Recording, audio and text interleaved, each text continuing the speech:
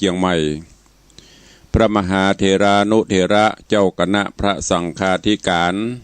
ภิกขุสงฆ์สามเณรจุตนจุองค์โดยความเคารพขอเจริญสุขเจริญปอนปอออกไม่ออกศรัทธานาบุญสันนิบันตันเข้าจุหนุ่มเท่าใจยิงขอน้อมต้อนรับทุกท่านเข้าสู่รายการมรดกธรรมกับเมืองต่างสถานีวิทยุกระจายเสียงพระพุทธศาสนาแห่งชาติและสังคมคลื่นเพื่อการศึกษาพระพุทธศาสนาและวัฒนธรรมส่งสัญญาณออกอากาศจากห้องส่งสถานีวิทยุวัดฝ่ายหินตำบลสุเทพอำเภอเมืองจังหวัดเชียงใหม่ในระบบคลื่นความถี่ FM 104.50 เมกะเฮิรตซ์สถานีวิทยุพระพุทธศาสนาวัดหนองกายตำบลสันปะยางอำเภอแม่แตงจังหวัดเชียงใหม่ส่งสัญญาณกระจายเสียงในระบบคลื่นความถี่ FM 99.75 102.0 และ 89.25 เมกะเฮิรตซ์สถานีวิทยุบริการสาธารณะวิทยุ CM77 วิทยุอินเทอร์เน็ตล้านนากระจายเสียงในระบบคลื่นความถี่ FM 97.5 เมกะเฮิรตซ์สถานีวิทยุพระพุทธศาสนาจังหวัดเชียงรายกระจายเสียงในระบบคลื่นความถี่ FM 99.50 เมกะเฮิรตซ์สถานีวิทยุท้องถิ่นจังหวัดเชียงใหม่คลื่นพระพุทธศาสนาและจริยธรรมส่งสัญญาณออกอากาศณสถานีวัดยางกวงตำบลหายามอำเภอเมืองจังหวัดเชียงใหม่ในระบบคลื่นความถี่ FM 96.0 เมกะเฮิรตซ์และวิทยุชุมชนเสียงต่ำสายห่อกระจายข่าวตามวัดตามวาตามหมู่บ้านต่างๆพร้อมกันนี้เจริญสุขเจริญปอนญาติโยมติดตามรับชมรับฟังต่างเฟซบุ๊กเฟซไลท์ต่างเว็บไซต์บ่ว่าจะเป็นของวัดฝ่ายหินเฟซบุ๊กของ104ธรรมะคลายเครียดเฟซบุ๊กวัดวังสิงห์คำเฟซบุ๊กของตุเจ้าบ้านนอกติตะสิโปวัดศรีรัตนมงคลล้องยาวตลอดจนเฟซบุ๊กของญาติธรรม FC แฟนรายการตีฟังแล้วก็ปากันกดแชร์กดไลค์สู่ญาติธรรมได้ฟังเสียงธรรมะโดยทั่วกันวันนี้ก็ทีแรกตุลุงลาแต่ว่าพอจะมีเวลาก็คิดว่าวันนี้เป็นวันเตรียมความพร้อมเป็นวันตกแต่งดางานทำบุญประจำปีงานทอดกฐินสามัคคีเจ้านี้ก็พอมีเวลาก็เลยพร้อมมาพบมาปะกับศรัทธาแถมวันส่วนวันพุธก็เป็นวันงานคงต้องขอลาแล้วก็จะเป็นเทปรายการแตนวันพุธวันนี้ต้องขอสุมาอภัยกับพี่น้องญาติธรรมคลื่นวิทยุสีขาวเพื่อเจ้าประชาซึ่งปกติแล้ววันพุธวันเสาร์จะมีการลิงก์สัญญาณไปทางคลื่นวิทยุสีขาวเพื่อเจ้าประชาไปตามสถานีวิทยุต่างๆดังที่ได้แจ้งมาในครั้งก่อนๆวันนี้รับทราบจากท่านผอ.คลื่นวิทยุสีขาวท่านพระครูอภิวัฒนวิกรมบอกว่าอินเทอร์เน็ตมีปัญหาเครื่องทรงของคลื่นสีขาวมีปัญหาก็เลยบ่ได้ลิงก์สัญญาณวันนี้พี่น้องตังน่านก็ดีตังเวียงปะเป้าก็ดีตังลีตังละปูนตังเจียงไฮตลอดจนตังฮอดอมก่อยด้วยเต่ากัลยาณิวัฒนาวันนี้คงบ่ได้ฟังเสียงตุลุงในวังเนอะเพราะว่าสัญญาณคงจะไปบ่ถึงแต่ของวัดไฟหินของวัดหนองไก่ของ CM77 ของพุทธศาสนาเชียงไฮ้และของ96กับปกติตามเดิมก็วันนี้ก็คงจะร้องขอเมตตาอนุญาตญาติโยมศรัทธา เป็นรายการสัพเพเหระกันสักเจ้าซึ่งทำเรื่องทำอย่างต่างๆตุลุงก็นำมาเทศฮือญาติโยมทั้งหลายได้รับฟังกันจบไปเป็นเรื่องแต่ว่าก็เทศผูกเดียวจบวันนี้ก็ขออนุญาตได้นำข่าวสารเรื่องราวต่างๆมามาเอ่ยแตนเหียสักเจ้าเนาะเฮาฟังธรรมะที่ตุลุงนำมาเทศฮือก็ฟังกันเป็นเรื่องก็หลายเรื่องวันนี้ก็เลยฟังเรื่องราวข่าวสารเอ่ยกันเหียสักชั่วโมงวันนี้ญาติโยมทั้งหลายในวันที่23ที่จะถึงนี้เนอะก็เป็นวันสำคัญของชาติแห่งวันหนึ่งคือวันปิยมหาราชเป็นวันที่เฮาเจ้าข้าทั้งหลายได้น้อมรำลึกถึงพระมหากรุณาธิคุณของพระบาทสมเด็จพระจุลจอมเกล้าเจ้าอยู่หัวในหลวงรัชกาลที่5หรือพ่อหลวงรัชกาลที่5พระปิยมหาราชก็เพิ่นมีวิธีต่างราชการก็ดีต่างบ้านต่างวัดก็มีนอกจากนั้นแล้วก็คือเป็นวัน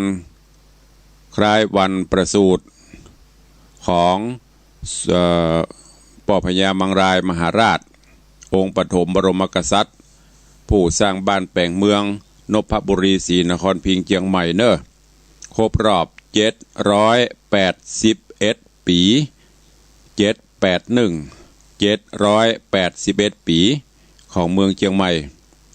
การนี้ทางมูลนิธิพระบรมธาตุเจ้าดอยสุเทพร่วมกับคณะกรรมการบริหารต่างๆหน่วยงานองค์กรต่างๆและคณะสงฆ์ก็จะได้ร่วมกันจัดกิจกรรมบวงสรวงน้อมถวายแด่ดวงพระวิญญาณของพ่อพญามังรายมหาราชและก็จะมีกิจกรรมงานตอดพระป่าเพื่อระดมทุนช่วยเหลือหรือว่าระดมทุนเป็นกองทุนใจใจในการสถานีวิทยุคลื่น96เมกะเฮิรตซ์โดยณที่ห่วงพญามังรายหรือว่าที่หอคำหลวงพญามังรายที่หลังอนุสาวรีย์3กษัตริย์เนอะในวันที่23ตุลาแล้วก็ที่วัดดอนจันทร์ก็ตามปกติของเปิ้นทุกปีวันที่23เปิ้นก็มีงานวันปิยมหาราชมีการกิจกรรมหลายอย่างที่วัดดอนจันทร์ตำบลตาสลา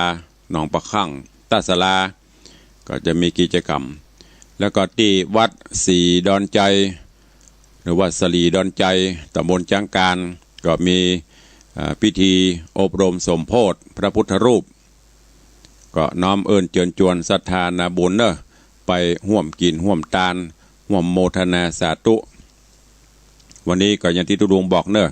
จะเป็นการนำข้าวสารบุญกินบุญทานที่เปิ้นแจ้งมาก็พอจะรับทราบก็จะได้แจ้งให้ญาติโยมทั้งหลายแล้วก็ที่วัดปากตางเจริญอำเภอดอยหล่อของท่านเจ้าผอ.คลื่นวิทยุสีขาวเปิดเจ้าประชาท่านเจ้าพระครูอภิวัฒนวิกรมก็จะมีงานทำบุญจุลกฐิน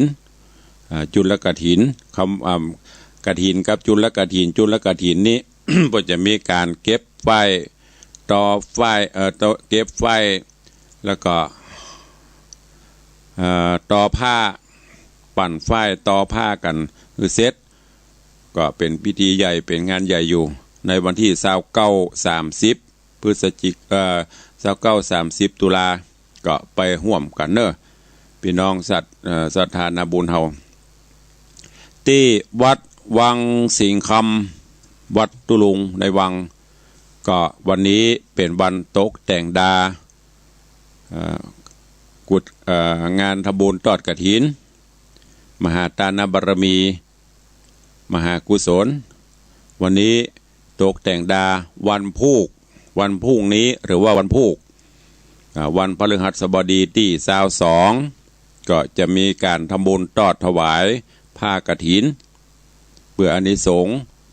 คือกับพระเจ้าพระสงฆ์องค์เนนที่จำภาษาอยู่ที่วัดวังสิงคำนี้ส่วนจตุปัจจัยก็เพื่อเป็นกองทุนในการรื้อถอนและก่อสร้างกุฏิสงฆ์ห้องหลวงของวัดที่ชำรุดทรุดโทรมไปตามกาลเวลาการนี้ก็ลวดบอกบุญ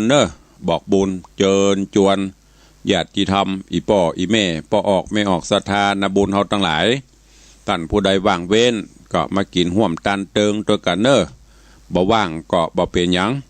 ถ้าว่างก็จะเจียดเวลามาห่วมกินห่วมตานกับตุลุงกับศรัทธาวัดวังสิงคำก็ขอน้อมเอิญเจิญจวนที่วัดวังสิงคำวันนี้จะมีหลังจากที่กินข้าวน้ำจำข้าวงายก็จะได้จัดเตรียมความพร้อมสถานที่ต่างๆศรัทธาญาติโยมก็ตกแต่งดากันที่บ้านที่จองแปลงต้นปัจจัยต้นกฐินอย่างต่างๆพร้อมกันแล้วภาคค่ำวันนี้ก็เวลาประมาณ5 โมงแมลง5 โมงปลายซะหน่อยแดดร่มลมตกญาติโยมศรัทธาเสร็จงานปิกบ้านปิกจองกันแล้วก็จะมีขบวนแห่องค์กฐินรอบบ้านรอบวัดเปื่อโปกเป่าข้าวสารบุญกินบุญตานฮือเตปาอาหักเตบุตรเทวดาองค์อมรินทร์พระอินทร์เจ้าฟ้าเสื้อบ้านเสื้อเมืองเสื้อวัดเสื้อวาจะได้โมทนาบุญตลอดจนโปกเป่าข้าวสารบุญกินบุญตานฮือบรรพชนบรรพบุรุษญาติกาพี่น้องได้มาโมทนาส่วนบุญกุศลทอดกฐินร่วมกันซึ่งขบวนจะเริ่มออกจากวัดแล้วก็แห่รอบบ้านก็มาสิ้นสุดกันที่วัดก็จะได้นำเอา อัฐบริขารบริวารกฐินขึ้นตั้งที่ได้จัดไว้เวลาประมาณ2 ทุ่มก็จะมีพิธีสมโภชเจริญพระพุทธมนต์สมโภชกฐินแล้วก็มีการแสดงเล็กๆน้อยๆเหมาะอุ่มงานสมโภชฉลองกฐินกันส่วนวันพูกก็เวลาประมาณเที่ยงก็จะได้ไปแห่ฮับองค์กฐินใหญ่คณะใหญ่ประธานใหญ่ที่มหาวิทยาลัยฝ่ายเทินถึงปีนี้ได้รับเมตตาจากท่านอาจารย์วารินทร์บัววิรเลิศร่วมกับทางอาจารย์แม่มรกตสุวรรณชินหรือว่าอาจารย์แม่ดร.มรกตสุวรรณชินผู้รับใบอนุญาตมหาวิทยาลัยฝ่ายเทินตลอดจนทางดร.กิติพัฒน์ดร.ชัดทิพย์สุวรรณชินอธิการบดีรองอธิการบดีคณาจารย์นิสิตนักศึกษาของมหาวิทยาลัยฝ่ายเทินก็จะได้นำกฐินมาร่วมกับประธานสมทบที่วัดเวลาประมาณบ่าย 2 โมงก็จะได้ประกอบพิธีตอดผ้าพระกฐินขอบอกบุญเชิญชวนสาธุชนญาติโยมทั้งหลายที่ได้ฟังข่าวสารตุลุงได้นำมาแจ้งมาเล่าหากบัติดกิจการใดก็ขอเจริญปอนเจิญมาห่วมกัน ก็คงจะมีหลายวัดหลายวาในช่วงนี้เพราะว่าเวลาการแห่งกฐินใกล้จะหมดลงการทอดกฐินนั้นจะไปสิ้นสุดเอาวันที่31วันที่31ตุลานี้ก็เหลือเวลาแถมบอกกี่วันเพราะฉะนั้นยิ่งใกล้จะหมดก็มีเศรษฐีใจบุญนายทุนใจดีอุบาสกอุบาสิกาพอออกไม่ออกศรัทธาเฮาก็เร่งไปถวายกฐินบางเจ้าภาพก็ไป2-3 วัดศรัทธานาบุญเฮาบางท่านก็วิ่งรอกวันมาเจ้าไปวันนั้นบ่ายไปวันนั้นบางท่านก็ตั้งจิตอธิษฐานขอได้ร่วมบุญกฐิน9 วัดเนี่ยอันนี้ก็สุดแล้วแต่เวลาเพราะเวลามันก็กระชั้นชิดกฐินเป็นการละเวลาก็คือมีเวลาเพียง1 เดือนตั้งแต่วันแรมค่ำของออกพรรษามาจนถึงสิ้นสุดวันขึ้น15 ค่ำเดือน12 ใต้เดือนยี่เหนือก็เป็นวันสิ้นสุดแห่งการทอดกฐินสามัคคีดังนั้นสาธุชนญาติโยมผู้ใจบุญใจกุศลก็ เมื่อถึงการเวลามาก็จะร่วมบุญกุศลด้วยกันเนอะจะไปลืมอันนี้เป็นข่าวสารอย่างที่ตุลุงได้บอกวันนี้ขอซับเพเหระกันสักชั่วโมงหนึ่งขออนุญาตทางท่านผอ.และที่สำคัญวันนี้ตุลุงจะได้นำเอารายชื่อรายนามสาธุชนญาติโยมเนอะที่ได้ร่วมโมทนาบุญผ่านมาทางสถานีวิทยุมาประชาสัมพันธ์ให้กับทุกท่านได้รับทราบฮือเตปาอาฮักเปิ่นได้โมทนาสาธุเพื่อย้อมยศจิตใจเบิกบานของศรัทธานาบุญเพราะว่าหอมบละถึงกาดักปิ่งวินบอยนะก็ขออนุโมทนาสาธุกับศรัทธานาบุญเฮาตีได้ร่วมกฐินของต่างวัดตัวเองบัดเต่าแต่นั้นก็ลวดอนุโมทนาบุญกับเจ้าภาพเจ้าศรัทธาที่ห่วมปิดทองพระเจ้าของวัดวังสิงคำเนอะที่ได้ร่วมกันมาก็เริ่มตั้งแต่ต้นก็มีขออนุโมทนากับ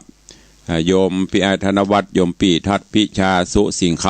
ำร่วมเป็นเจ้าภาพปิดทองพระเจ้าตึงพระเจ้าใหญ่พระเจ้าน้อย3 องค์ 4 องค์ด้วยกันก็เป็นปัจจัยอยู่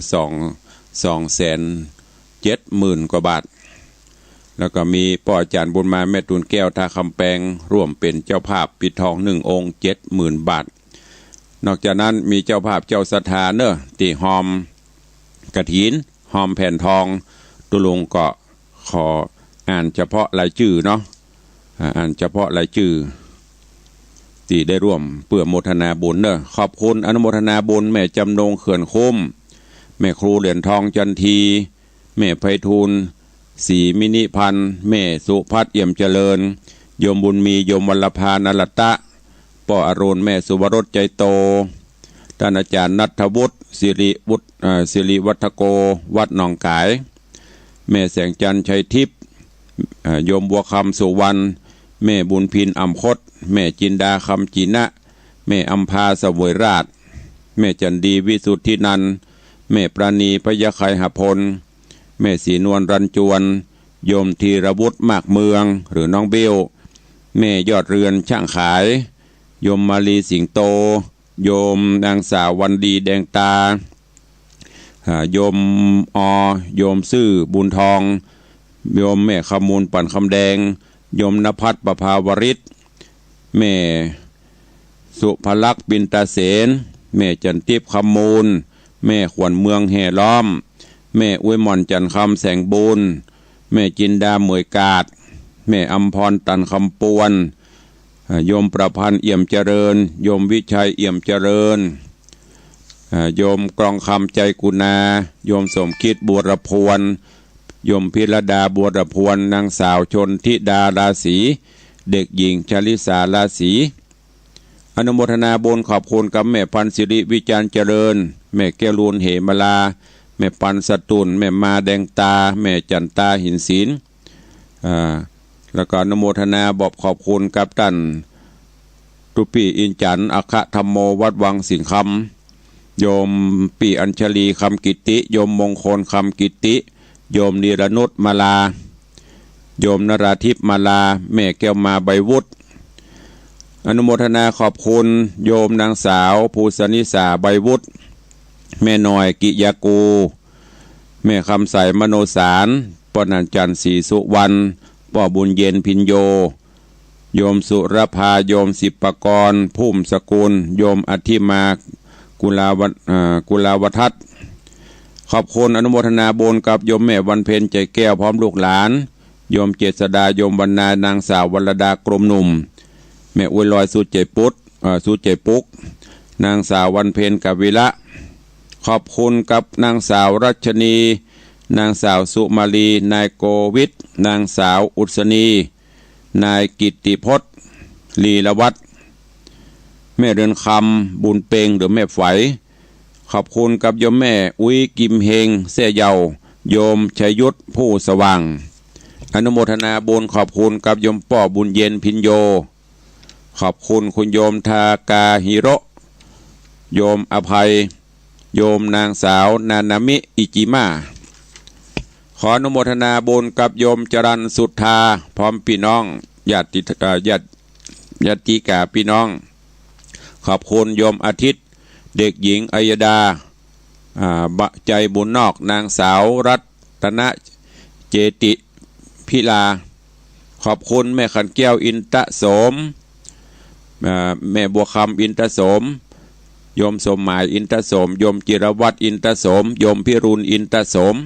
ขอบคุณโยมเกียรติพงษ์ประสงค์ทรัพย์นางสาวนฤพรปินตเสนโยมแดงประสงค์ทรัพย์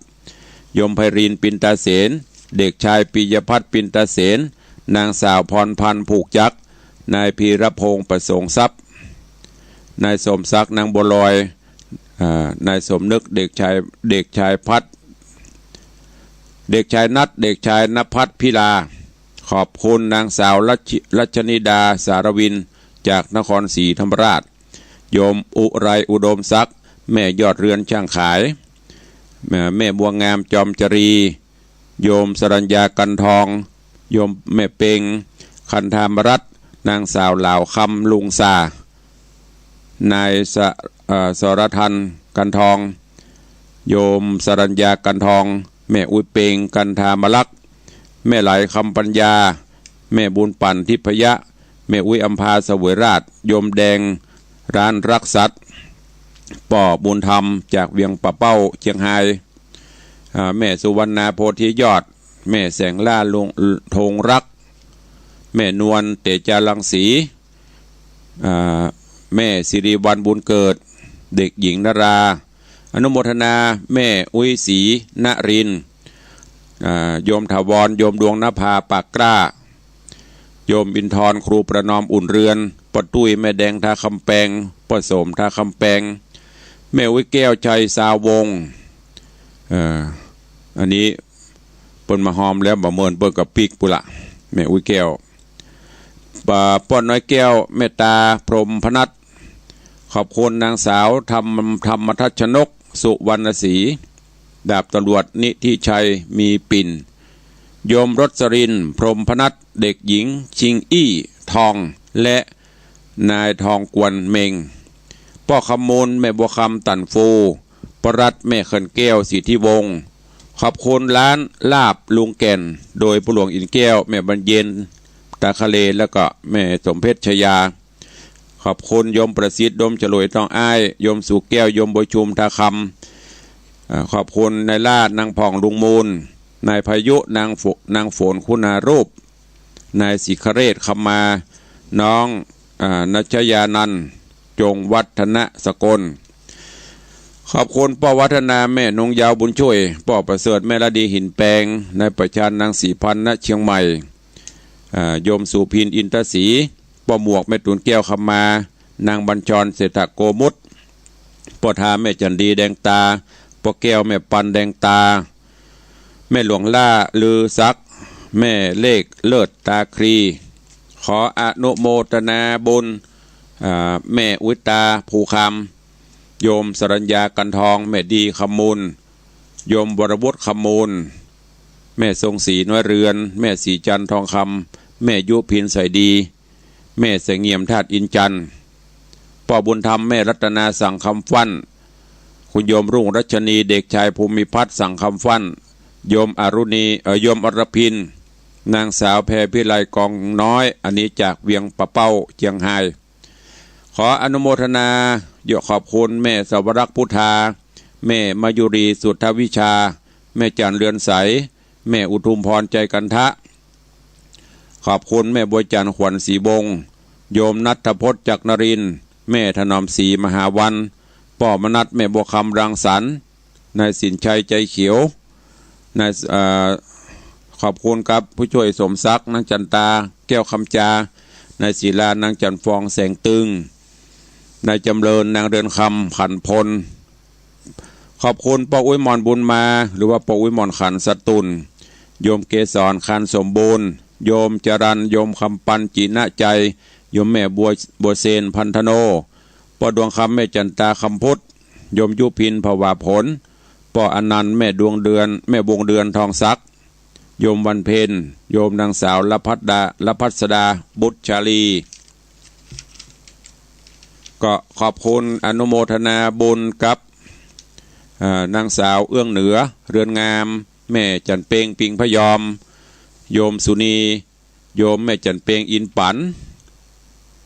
อนุโมทนาบุญกับแม่น้อยกันหาทิดแจ่มแม่อุ้ยเขียวตัตนังนางสาว4,000ตัตนังนายสุทัศน์นางอมพรปนคำตื้อนายเอกชัยปนคำตื้อนางสาววจิราพรเมฆะนายนัทพิชัยปนคำตื้อขอบคุณกับแม่มณีถมยาป้าอ้ายแม่คำพวงมาลาแม่สีออนพิไลล่าแม่อุจันยาสมุทรแม่ยอดช่างขายพี่นันจรันปิยจันทร์หรือว่าพี่นันล่าบ้านดอยซิว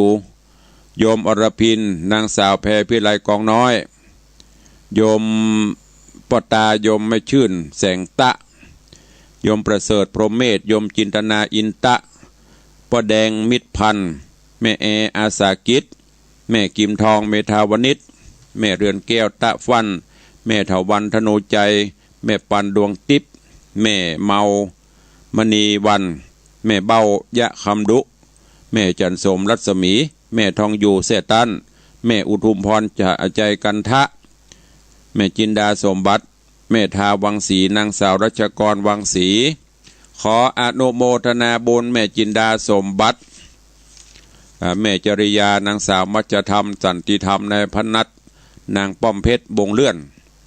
แม่จันทิพย์วิริยพันธ์บ้านสถาวัดสวนดอกแม่วันเพ็ญโตยังโยมเดชโยมสมศรีทาโสด สันทรายมหาบงพ่อขาวแม่คำสุขชุ่มพระบงเด็กชายสศิษฐ์เขื่อนแก้วนายอุดมศักดิ์นางอุสา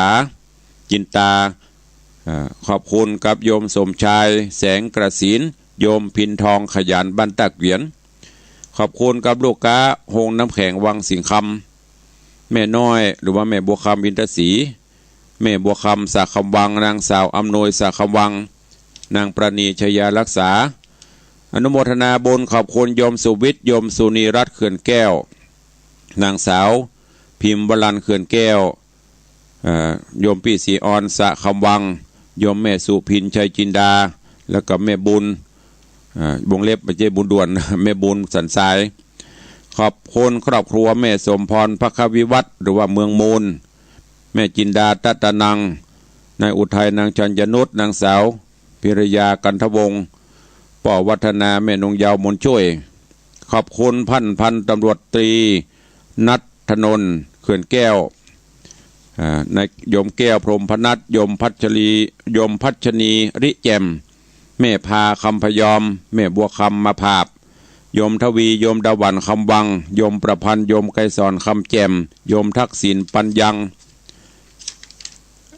ขออนุโมทนาบุญกับแม่คำปันปินทรัตน์แม่เนียมอุตตมะโยมสมาธิเปงพยอมโยมวรรณพัฒน์โยมเรืองศักดิ์ทองทรัพย์แม่พองอุตตมะ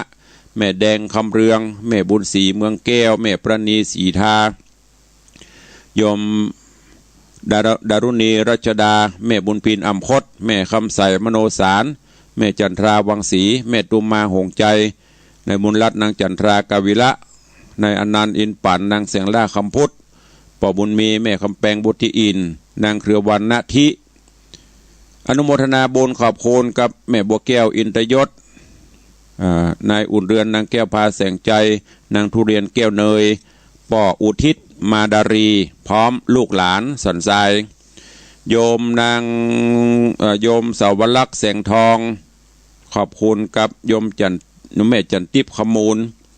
แม่บัวคำกัมปูคาแม่จันสมจิโนตันขอบคุณกับโยมจันต้าโยมโย่งและครอบครัวขอบคุณโยมไม้โยมละพ่อบุญธรรมแม่รัตนาสั่งคำฟันแม่จันดีวิสุทธินันขอบคุณกับพ่อเท่าพงแม่เท่าบัวเงินบุญชัยแม่ริมขอบคุณกับโยมพรตรี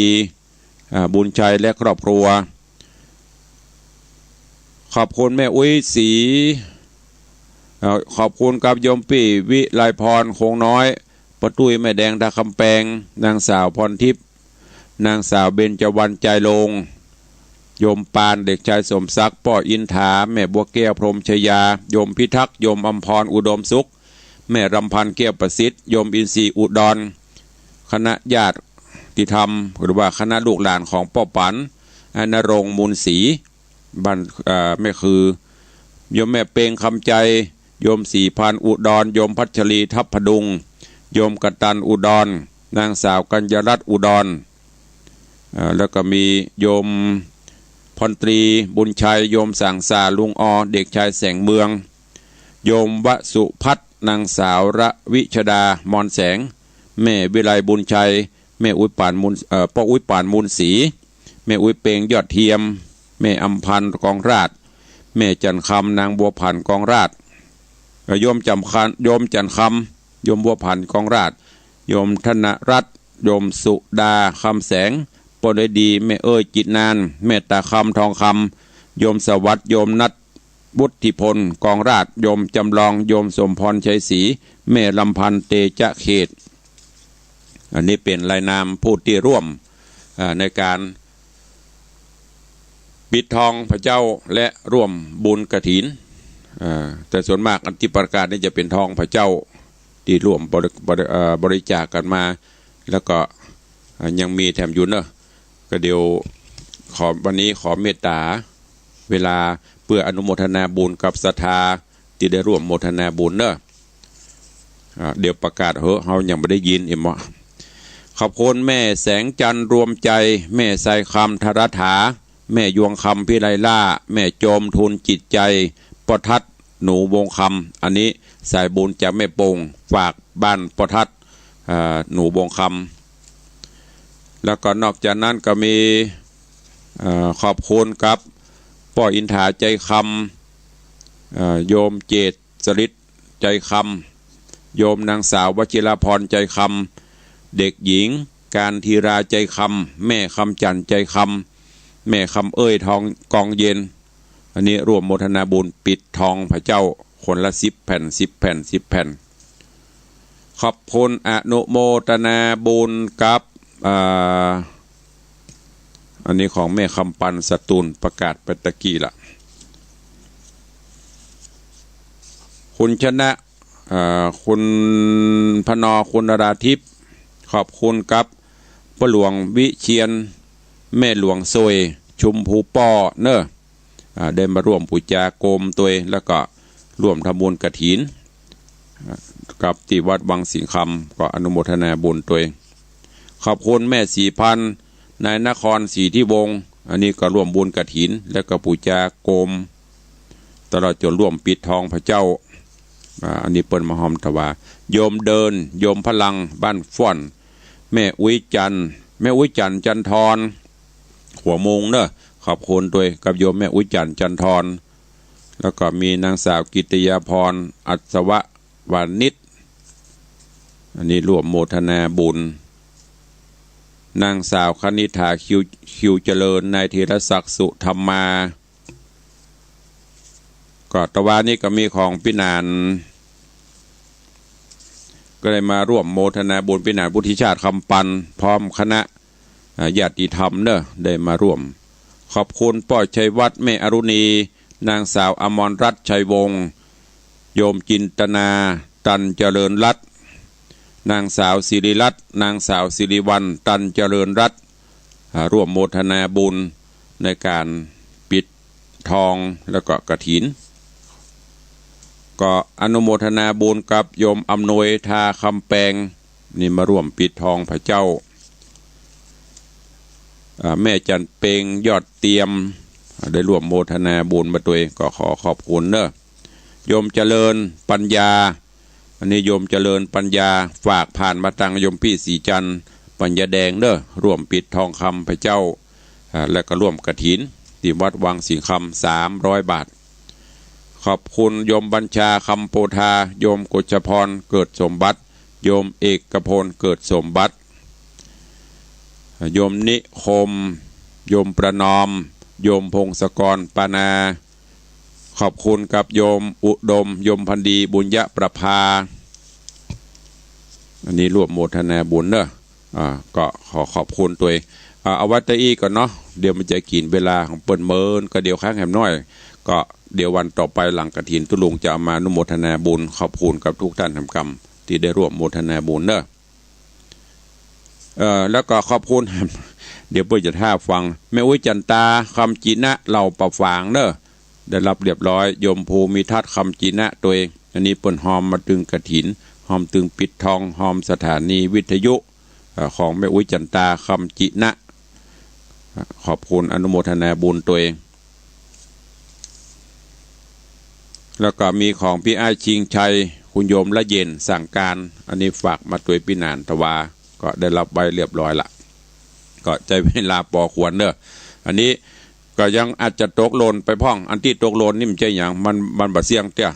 ประกาศบัตรหมดเตี้ยเพราะพอเวลาแล้วมันจะกินเวลาเพื่อนนักเดี๋ยวตุลุงจะมาประกาศทำคำก็มีส่วนน้อยที่ยังไม่ได้ประกาศที่เปิ้นหอมมาในส่วนนี้ก็ขอบคุณอนุโมทนาบุญตัวเองส่วนท่านที่เป็นเจ้าภาพปูจาโกมเนอะปูจาโกมแขวนปูจาครั้งเดียว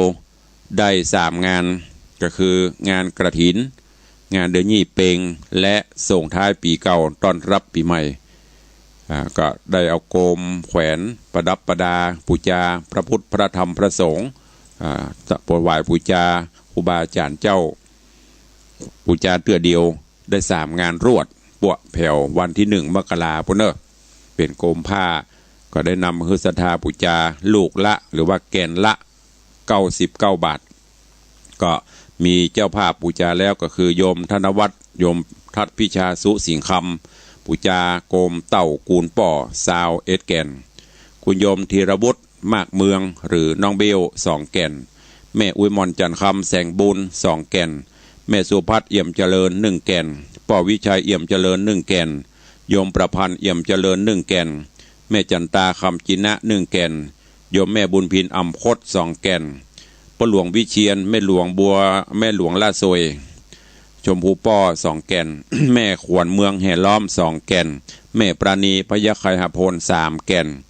แม่สมบูรณ์ติปฐาน1 แก่นแม่ดารุณีรัชดา2 แก่นแม่ลำพันธ์เตชะเขต1 แก่นโยมชาตีโกกระทำ1 แก่นนางสาวสุชาเตชะเขต1 แก่นแม่จันทิพย์คำมูลปากคลอง2 แก่นแม่บุญสันทราย1 แก่นโยมบรรเย็นพันอากาศโยมเตือนใจสีชาวนาโยมพัฒนานันมโนเต็นโยมนางเจตจำนงอันนี้บ้านใหม่สามัคคีแม่เหี้ยคนละแก่น4 คน4 แก่นแม่4,000ที่วง2 แก่นโยมจันสีพวงคำ1 แก่นอันนี้เป็นรายนามผู้ปูจาโกมจะสังเกตหันตุลุงได้แจ้งสถานาบุญทั้งหลายทุกท่านที่ได้ร่วมโมทนาบุญที่วัดวังสิงคำตีตุลุงได้รับผิดชอบเงินทุกบาททุกสตางค์ของท่านจะบรรทุกส่วนดินส่วนทรายสามารถตรวจสอบได้ตลอด24 ชั่วโมงทุกบาททุกสตางค์ตุลุงรับถ้าบ่ลืมเนอะตุลุงลงบัญชีหมดมีรายชื่อทุกอย่างทุกงานมาถอมดังแต่ไม่กำกันอย่างการที่หอมในวัดนี้ท่านบ่ต้องกลัวว่าเงินของท่านจะสูญหินสูญดินสูญทรายทุกบาททุกสตางค์ตุลุงรับผิดชอบหายไปบ้านตุลุงก็ทรายฮือป่านปอเจิญจวนปอนะต้องมาดูแลรับผิดชอบของเปิ้น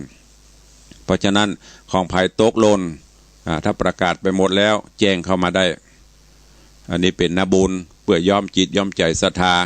มีหลักฐานทุกอย่างตั้งแต่วันเกิดการอย่างการตุลุงเก็บไว้หมดหลักฐานมูนี้เฮาบเจหูเปิดบอกว่าตุเจ้าอันตรายของตุเจ้าก็คือสตรีและสตังเพราะฉะนั้นบอกบุญไปโดยสัจจะวาจาสัจจะสัจจังอธิษฐามิอย่างหลวงพ่อคูณเปิ้นว่าเนี่ยอย่างต้องมีสัจจะเปิ้นหอมมาต่างวัตถุประสงค์ของเปิ้นเพราะว่าจะเป็นอย่างแม้แต่รอพระเจ้าคำอย่างต่างๆที่สถามหอมทุกอย่างดูแลเป็นอย่างดีก็ขออนุโมทนาขอบคุณกับทุกท่านสายทานบุญทุกคนที่มีเมตตาต่อทางวัดวังสิงคำต่อตุลุงมาโดยตลอด ก็ขออนุโมทนาบุญขอบคุณตัวเอาละเวลาเหลือหน่อยวันนี้จะได้อู้กันเห็นหน่อยเนาะเดี๋ยวมันหมดเวลาบ่ได้อู้ได้จากันใครจะอู้จะเอ่ยจะจ๋า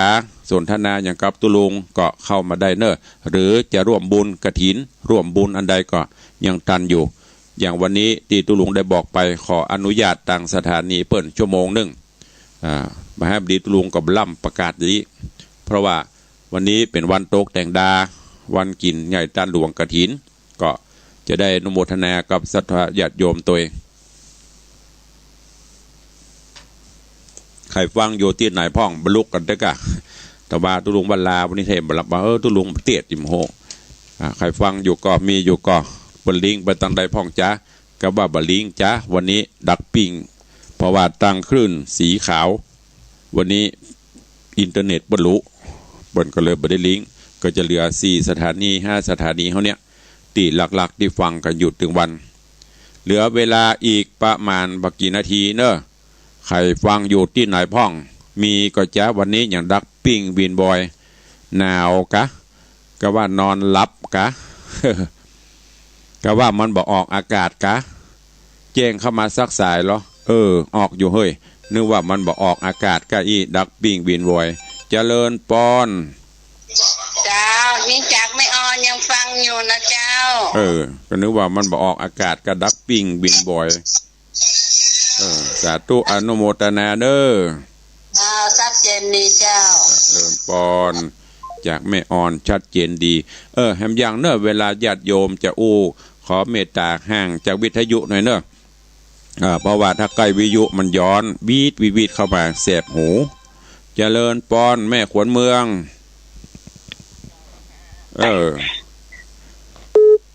ว่าไงวันนี้วันที่เท่าไหร่แล้ววันนี้21เดี๋ยวสำรองให้ไปเรื่อยๆก่อนไม่เป็นไรรายชื่อประกาศให้หมดแต่สำรองไปก่อนเดี๋ยวไปเบิกทีเดียวพอเลย22นี่ก็ตัดบัญชีแล้วเนาะแล้วเลย22นะคงจะเสร็จละเดี๋ยวไปเบิกได้ละพร้อมดอกเบี้ยเนอะเจริญพรอนุโมทนาบุญนะแม่เนอะบุญรักษาเจริญปอนเด็กหญิงจันคำแสงบุญที่ว่าอันก้มมันเจ้าไม่ได้เจ้าเอาไปเรื่อยๆกะห้อยให้เรียบร้อยละไปยาวอุ้ยว่างสมาก็อุ้ยอันนี้มาได้ก็มาเจ้าขอบคุณนะอุ้ยเนอะเจ้าแม่อุ้ยหม่อนจันคำแสงบุญกับอุ้ยก็ทำไปเนาะอินดูคนเฒ่าก็มีรายได้นอกจากเบี้ยยังชีพก็เก็บไว้กินไว้เก็บไว้กินไว้ใจพอเนอะอุ้ยเนอะเฮามาตานโมดเวลาจะกินจะใจกับหมีแฮมวะก็กินพ่องตานพ่องปอจะไปให้มันเดือดร้อนเนอะไม่ต้องไปรบกวนลูกหลานกินไปตานไปเท่าที่เฮาทำได้กังใจเงินอันอย่างก็ออกมาเบี้ยออกมาประตานหมดก็จะไม่กินเก็บไว้พ่องเจริญปอนเจ้ามาจากไม่คืนนะเจ้าว่าไม่ยอดฟังอยู่สาธุอนุโมทนาเด้อเจ้าสาธุบุญรักษาเด้อเจริญปอนภาษาท่านพระครูเมื่อนั่นอยู่ประเปะพะนะอันขึ้นบ่ค่อยดีเลยบ่ได้ฟังมืดมันมีขึ้นเลยไรหาตั้งได้ก็ได้ขันตั้งมันบัดเติงขันตั้งมันบัดเติงก็น่าว่านะต้องเติมขันตั้งกะเพิ่นจะได้ดังเด้อเติมที่บ้านนะเติมเมินก็จะได้ไปด้านทางพระครูก็น่ากะมันเมินมามันก็ได้ฟังเมินออกไปเหตุกรรมมันก็หายไปเอกะมันอย่างเฮานะกะขอบคุณกระถินวัดปังมะกล้วยวัดที่อันข้าเจ้าอยู่เนี่ยเปิ้นก็มีวันที่31อันเนี่ยอันอาจารย์อันอย่างเงี้ยเนี่ยคำปันน่ะเปิ้นไปโคโซกลูกเถื่อนานวุฒิชาติคำปันเอาละได้ละเคยไปปู่ไหว้สาเจ้าสาธุอนุโมทนา ไปอยู่ปะแปปูนไก่ใบไก่บอดน่ะหนาวอย่าแม่ปานีว่าได้เจ้าฟังอยู่เจ้าอนุโมทนาวันพุธจะมากี่โมงกำลังใจเจ้าสาธุเจ้าวันพุธจะมาก็ถ้าจะมาอยู่เจ้าถ้าจะนี่50เนาะโฟนดูโฟนกันทำโมสังโฆไปพ่อมันยังโฟนนั่นฝนตกแดดออกหนาวฝนตกแดดออกหนาวร้อนเช้าค่ำจะไปก็ไปพะวงกับมันอยู่ใต้ฟ้าบ่ต้องกลัวฝนมนุษย์มงคลสนุกม่วนเล่นไปกลัวมันใจนี่ไปถึงไปถึงที่งานแล้วนึกภาพว่าดูละอนุโมทนาเนอะแล้วแต่นาบุญเจ้าสาธุเจ้าจะไปกลัวมันฟ้าฝนน่ะเปิ้นจะตกกันเรื่องของเปิ้นเนาะถ้าใจถึงมันถึงมาถ้าใจบ่ถึงฝนตกครับไปละจะแจ๊ะแม่ไปละนะมาการทำบุญอย่าให้อุปสรรคมันขวางกั้นพระแต่ว่าดีได้มาก็ดีไม่ได้มาก็มาเป็นอย่างเด้อแล้วแต่บุญบารมีไผมันใครจะโอ้ตัวขจายเวลาเหลือแถมประมาณ3 นาทีจะหมดแล้ว3 นาทีสุดท้ายแจ็คพอตบรรพุขอลาแต่ลาก็ตัวนะเสียงยังมีอยู่เนอะเสียงมีอยู่วันนี้ขึ้นหลักของเรามีปกติแต่ขึ้นสีขาววันนี้อินเทอร์เน็ตหลุมันถ้ากินนักลำบากมันเจ็บต้องมันเลยหลุเนี่ย สัญญาณทางอากาศมันจะเป็นอย่างนี้เริ่มมาแล้วเนอะแสบไอสดมาเป็นเตือนเนอะอากาศเปลี่ยนแปลงแต่ลุงก็บอกญาติโยมดูแลสุขภาพเนี่ยตุลุงก็เต็มทีอย่างบ่ได้ยังยิ่งการมีอิสมยิ่งรับก็ดึกตื่นก็เจ้าเมื่อวันก็ต้องเตรียมงานเป็นอย่างอดเอาทำเตี้ยกึดคนเดียวอะไรจะเกิดมันก็เกิดถ้ามันจะปีกมันตึงปีกมันบ่ปีกจะได้มาตึงบ่ปีกเจริญปอนเจ้าที่บุญที่ว่าโชตินุชิตเจ้าขอหอมเจ้าที่บุญที่ว่าโชตินุชิตเจ้าขอหอมว่ามันแหละหอมอย่างมันหอมมีอย่างพ่อมีกฐินมีแผ่นทองมีโคมมีอันหอมโคม200แผ่นทอง200กฐิน200แผ่นทอง200อย่างละ200เนาะเจ้าอยู่ปะเป้านี่บัดใดแล้วเจ้าจะเข้าไปเอาชะปางไปฮื้อวันนี้น่ะปะเป้านอกเขาเนี่ยกะปะเป้านอกเขาเนี่ยที่ท่านพระครูเนี่ยลูกศิษย์ท่านอาจารย์พระครูศรีแหละเจ้าแม่ก็บุญเนี่ยก็แม่บุญทิวานามสกุลโชตินุชิตคนแล้วแม่ก็มาจะหลายเตือนแล้วเนาะมาเจ้าหอมอยู่บ่อยๆเจ้านะถ้านามสกุลนี่จำได้ละอนุโมทนาขอบคุณกับแม่นักๆเด้อสาธุเจ้าสาธุบุญสายจะเข้าไปเนอะได้วันนี้อยู่สาธุอนุโมทนาเนอะสาธุขอบคุณแม่บุญที่วาโชตินุชิตศรัทธาวัดป่าเป้านอกลูกศิษย์อาจารย์พระครูศรีธรรมคุณในตำบลเดียวนี้ก็ร่วมโมทนากฐิน200โคม200ปิดทอง200รวมเป็น 60,000ไม่ใช่600ขอบคุณหลายๆเนอะเริ่มไอมาแล้วเนี่ยเจริญปอนสาธุตุหลวงฟังอยู่นะเจ้าสาธุเจ้าอันนี้เปิดสไตล์เปิดมาสาธุตุหลวงฟังอยู่นะเจ้าแต่ไม่ได้โกมสักแก่นกันทำก็ไม่ได้สักบาทอันนี้เสียวคนเท่าเล่นบ่ได้ดีใจละเปิ้นฟังก็ดีละอันที่ตุหลวงอู้นี่ก็บางเทื่อก็อู้เล่นเนอะจะไปตุนี่อย่ามางกถามมาก็กันทำไม่บ่ใช่นะก็เสียวกันเล่นไปอู้กันนัวใครหัวกันม่วนยามเจ้าตื่นเจ้ามาจะไปเคร่งเครียดมัน